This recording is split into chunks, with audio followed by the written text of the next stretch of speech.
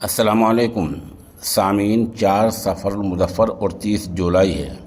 خبر کا عنوان ہے مشہور عالم دین بیمار، دعائے صحت کی اپیل۔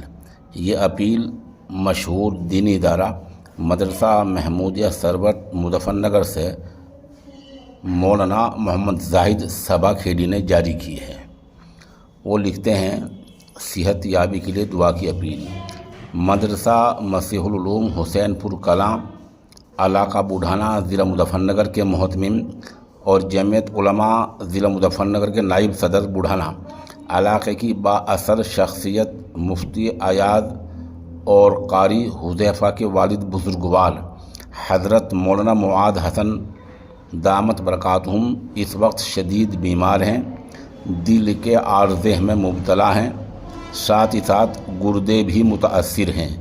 اس وقت حضرت کی زبان بند ہے، کسی سے بات چیت بھی نہیں ہو پا رہی ہے، بحالت غفلت و نوم، موت و حیات کی کشمکش میں مبتلا ہیں۔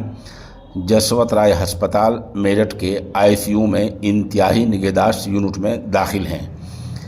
حضرت کے سبھی محبین و متعلقین و متوسلین، مریدین، شاگردین، قرابت داروں اور سبھی اہل مدارس و مساجد سے درد مندانہ عاجزانہ گزارش ہے کہ مدرسہ و مساجد وغیرہ میں حضرت کے لیے دعاؤں کا اہتمام کریں اور اوقات اسحار میں بھی دعا کریں کہ اللہ تعالیٰ مولانا کو شفائے کاملہ عاجلہ مستمرہ دائمہ عطا فرمائے۔